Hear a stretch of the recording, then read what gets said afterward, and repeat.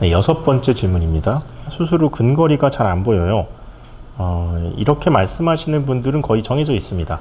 수술 전에 원시가 있던 분들, 그런 환자분들은 가까운 건 확실히 좋아졌다고 보통 말씀을 하시는데, 수술 전에 근시가 있던 환자분들이 수술 후에 이제 반대로 멀리는 꽤 좋아졌지만 가까운 게 예전만 하지 못하다, 이렇게 느끼시는 분이 있을 수 있어요. 이런 분들은 수술 전에 내가 가까운 거를 이제 어느 정도 거리에서 보는지, 수술 전에 근시가 있었는지 원시가 있었는지, 이제 멀리를 더 중요한 사람인지 가까이가 더 중요한 사람인지 상담을 통해서 인공수정체 종류를 정하면 됩니다. 지금 시장에는 굉장히 많은 종류의 인공수정체가 있고요. 그 중에는 가까이가 보이긴 보이는데 멀리에 더 중점을 둔 인공수정체가 있고, 어떤 인공수정체는 멀리를 다소 손해를 보더라도 가까운 거에 더 초점이 맞춰져 있는 인공수정체도 있습니다. 선택하기에 따라서 그 환자분들의 니드를 좀 충족시킬 수가 있고요. 드물게는 믹스앤매치라 그래서 한쪽은 조금 더 멀리 위주로 보이는 인공수정체를 넣고 한쪽은 조금 더 가까이 위주로 보이게 하는 다초점 수정체를 넣어서 양눈을 뜨고 생활했을 때 크게 불리하지 않게끔, 그런 방법도 하나의 요령이 되겠습니다. 네, 일곱 번째 질문입니다. 빛번짐은 좋아지나요?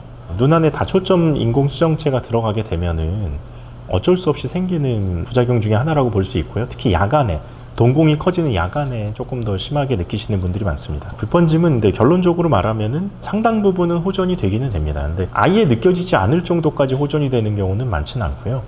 그래도 상당 부분은 시간이 지나면서 호전이 됩니다. 사실은 우리 눈은 광학적으로 보면은 굉장히 노이즈가 많은 시스템입니다. 그러니까 사진기처럼 아주 매끈한 표면을 갖고 있는 그런 매체로 이루어진 게 아니거든요. 근데 우리는 굉장히 선명하다고 느끼게 되는 거는 사람은 그 브레인이 기능이 좋아서 그래요. 쉽게 말하면 후보정을 잘하는 겁니다. 내 눈에 들어오는 시각 정보에는 굉장히 많은 노이즈가 있지만 그거를 내 뇌에서 후보정을 굉장히 잘하기 때문에 사람들은 굉장히 선명하다고 느끼고 있는 거거든요. 근데 이제 이 광학 체계가 바뀌게 되는 거죠. 내가 그동안 굉장히 오랜 세월 동안 썼던 내 수정체랑은 다른 광학 체계가 되는 거기 때문에 적응하는데 시간이 개인차가 있어요. 어떤 분은 좀 빨리 적응하시고 어떤 분은 조금 늦게 적응을 하는데, 보통은 3개월, 6개월 지나면서 그래도 꽤 많이 적응을 하게 되시고요. 그게 적응이 되면 머리에서 내가 의식하지 않아도 후보정을 잘 하는 거예요. 그런데 다초점 수정체라는 것 자체가 아주 이렇게 심플한 그런 렌즈가 아니기 때문에 야간의 빛번짐은 느껴지긴 하시는 게 정상이고요. 그렇지만 수술 직후 일주일, 한 달째보다는 3개월, 6개월 지나시면 많이 줄어든다고 느끼시는 것은 사실입니다. 네, 여덟 번째 질문입니다. 수술 후 색이 달라 보여요. 색감이 달라졌다고 표현하시는 분들은 굉장히 많습니다. 이거는 다초점 수정체를 넣은 분들도 많이 그럴 수 있고요. 그냥 일반 단초점 수정체를 넣은 분들도 색감이 틀려졌다는 분들은 굉장히 많습니다. 근데 기본적으로는 사람 수정체가 나이를 먹어가면서 혼탁이 생기게 되면 약간 노리끼리해져요. 진한 노란색 내지는 갈색 쪽으로 심해질수록 가거든요. 그러니까 어떻게 보면은 약간 노란색 색안경 같은 걸 끼고 있는 느낌이 되는 겁니다. 인공수정체도 그래서 약간 노란색 색깔을 띠고 있는 인공수정체들이 있습니다. 이제 평균적으로 60, 70대 사람이 수정체가 약간 노리끼리 하기 때문에 이질감을 좀 얻게 하려고 그렇게 만들거나 하는 경우도 있고, 근데 이제 보통은 투명한 제품들이 더 많거든요. 근데 이제 투명한 제품을 넣게 되면은 노란 백열등 밑에 있는 느낌에서 밝은 형광등 느낌 같이 변했다고 생각하시는 분들도 있고요. 특히 이제 다난의 백내장 수술을 하시게 되면 양쪽의 색감이 다르다고 느끼실 수도 있고요. 미술을 하신다거나 직업적으로 이런 색상의 구별이 굉장히 예민하셨던 분들은 이것 때문에 조금 스트레스 받는 분들도 있습니다. 그래서 수술을 하시기 전에 직업적으로 특히 이런 색상 같은데 아주 민감하신 분들이었다고 하면 의사랑 미리 상의를 해서 좀 결정하시는 것도 도움이 될 수 있겠습니다.